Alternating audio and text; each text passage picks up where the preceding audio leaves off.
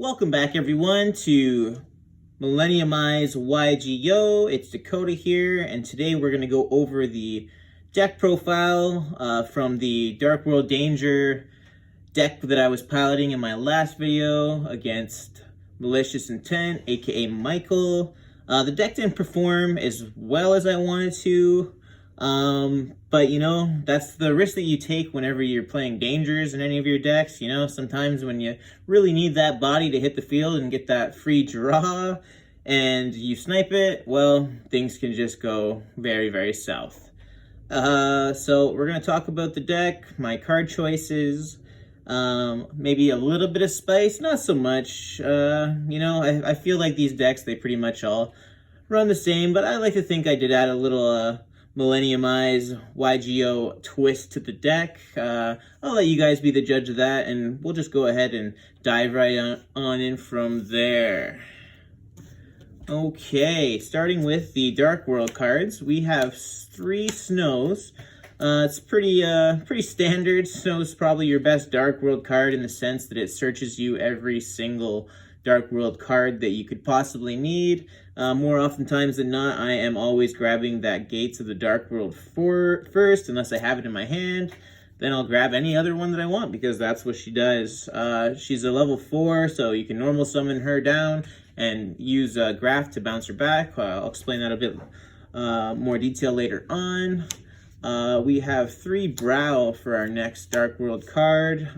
Brow, he is always replacing himself in the hand when he's discarded.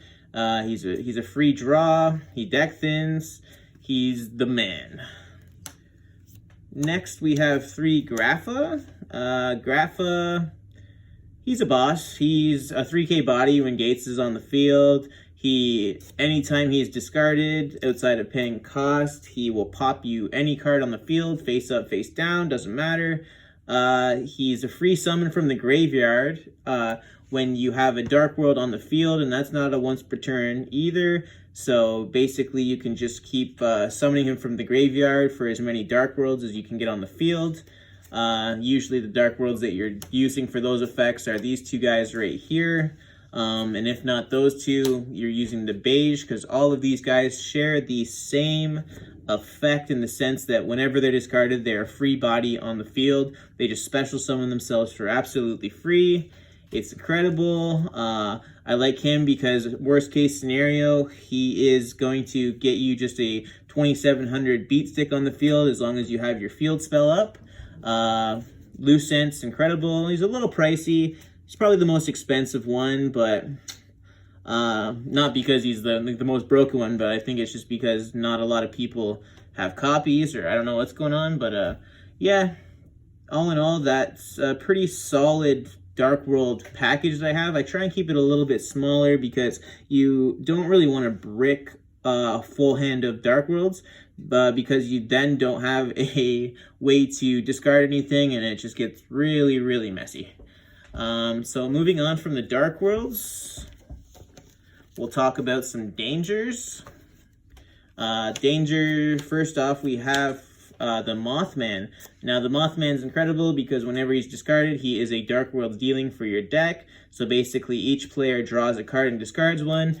He will always trigger off a Dark World because they are being discarded. And if not, he is a level 4, so if he does summon to the field, we can get some rank 4 XYZ plays going on. That's usually can be pretty good. 3 Bigfoots, because Bigfoot is huge. He's a 3k beater, and if not, he's going to pop one of your opponent's cards. He helps get some pretty nasty OTKs going on with him and Grapha.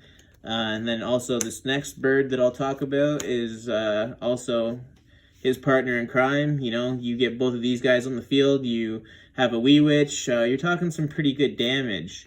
And if not, worst case scenario, we're going to go ahead and just discard a, sorry, my apologies, you're going to pop a set card on the field, which is a good thing in today's meta game. There's quite a few back row decks running around, so I think 2 is a good number for this one.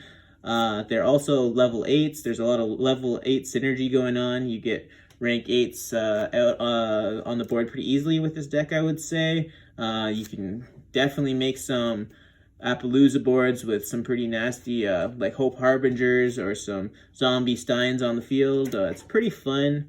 2 Jackalopes for the free body that it always gives you. It's usually going to be getting linked off with the Snakes and the Jackalopes to make a Wee Witch for you. They're always a free body. They're discarding your Dark Worlds. Good things are happening.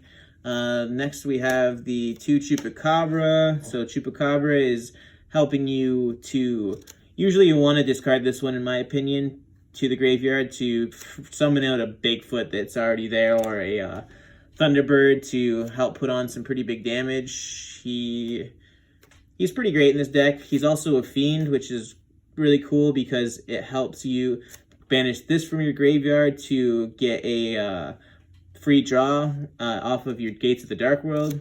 It's pretty convenient that he's a Fiend, I would say. Agapogo is here because he's a level 8. He can be defensive. He can also send your Danger Response team to the graveyard. And for those of you who don't know what Danger Response team does, it basically just allows you to discard a danger and draw a card. So he is always going to be sending that Danger Response team. It's a really good card. And then I consider this card almost like a Danger Response Team Searcher, because with Danger Response Team, even if you're not sending your opponent's cards, just sending your own danger and other monster can be a good thing for this deck, just to keep the engine going and keep drawing cards and all of that fun stuff. That wraps up my danger package. I think the numbers that I have here are pretty good. I don't find myself bricking and drawing unplayable very often when I test this at locals and with friends. I think this is a pretty safe number, but I do play a Chaos Dragon Levianeer. It's level 8. It's gonna discard a card with this deck. Usually, unless I have some of my extra deck into the graveyard, I'm not actually able to resolve any other of his effects. Usually I'm just doing the 3 darks and ripping a card from my opponent's hand. He's flexible, that he's good going first. If I lose a dice roll and say they want a blind second, make me go first, I like to discard and have that going for me. And again, he's level 8, and he can be sometimes just a free level 8 on the field just to help you push for a rank 8 play. Next, we'll talk about the spells. I don't run any traps, but I do play a few spells. Most of them are just helping me draw cards. The drawing engine is real with this deck. 3 trade-ins, you have a ton of targets. It's almost always live. I was trying 2 for a bit because I did find myself bricking it, but threes works. 3's a good number for trade-ins. Same with this guy right here, Lure of Darkness. Your whole deck's dark. Lure of Darkness is always live. You're always going to resolve it for the most part, unless you draw all spells. But that rarely comes up. Just keeping on with the whole draw engine. 2 dealings. It's dealings. We each draw a card, we each discard. It's helping fuel that engine. The Gates of the Dark World is searchable through snow, so I don't really see the point of playing any more than 1 copy of Gates of the Dark World. You're always going to see this card because you're always going to resolve a snow. Danger Response Team, it's a target for Nessie, in my opinion. Usually, it's what I'm sending off of Ogopogo. A Danger Response Team is a really powerful card. It can also help break boards for you by getting rid of a problematic monster your opponent controls, because this actually doesn't target. Card Destruction, you resolve this, you are probably going to win that duel because you're discarding an entire hand, hopefully, of cards that activate their effects. So you play this. Konami gave us one, we're going to play one. The beginning of the end, because well, first I would like to say that this card, we have a love and hate relationship. I don't know, I break this card a lot. That's why it's at just 1, because you always usually see your whole deck because you're just constantly drawing cards. So I play it at 1 because I will see it, and at that I want it to be live when I see it. I don't like to set this card face down to wait to resolve it, because I don't want to send it to the graveyard off of a danger's effect. So I'd rather just wait till it's live. Yeah, like I said, me and this card it's lost me quite a few duels. I've played it at 2 before, and yeah, it just wasn't for me. Into the Void is my 40th card because I'm playing a 39 card deck. I want it to be as consistent as possible, and if I do end up having to pay this card's cost, that sometimes can be a good thing, because it's almost like a pseudo card destruction in the sense that you have to discard your entire hand. So if that's a whole hand of Dark Worlds, then that's kind of a good thing. It's kind of niche, I would say, but you know, the times that I have resolved it, they've been fun. So that's what I consider this deck to be all about, is just for fun, for the lulz. Very casual deck. I would never suggest taking it to a regionals, but hey, if that's what you're into, I can't say much because I've taken it to a YCS. We'll talk about the extra deck. We'll talk about this boy right here, but we all know what Hope Harbinger does. He's a spell negate. I like him in the sense that if I have an Apollousa here and hit him, you know, down there, then he will force my opponent to attack this guy before it attacks my weak Apollousa. Sometimes I end on going first boards where I have an Apollousa with a few negates and 2 of these guys also. That's a pretty good board as long as I have a card left in my hand, which I typically will. It's for the Zombie Stein. So basically 4, 5, 6 negates, which for a deck that puts out OTKs very consistently, I would say this is a pretty good going first board to end on. Also, Zombie Stein being 4,500, and if Witch is up here at 5,000, it's also a good thing because he can basically get over any monster in the game. Cypher Dragon, because it helps me out problematic monsters by just taking them and linking them off. I think that's pretty good. Xanathon, because he's Xanathon. If I don't have much I can really end on, I'll at least end on something, usually an Apollousa and him in defense mode if I know I can't push for more rank 8s. And also the matchups that he's good against, he is really good. Next up, that rounds it up for the rank 8s. Now we'll talk about some 4s, starting with the Dweller. Again, the matchups that he's really good against is he is a staple in any deck that can put 2 level 4s on top of each other.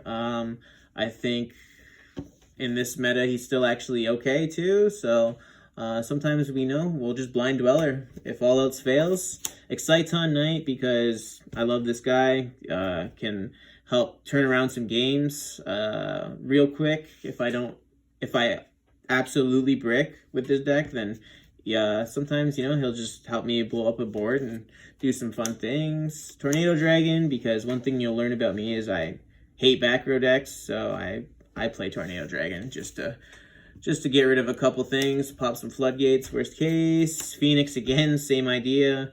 I got that mad hate for the back row deck, and he does discard cards, which actually I don't think, no, he doesn't trigger off any of my my cool effects, Dark Worlds. Anyways, Dangers it does.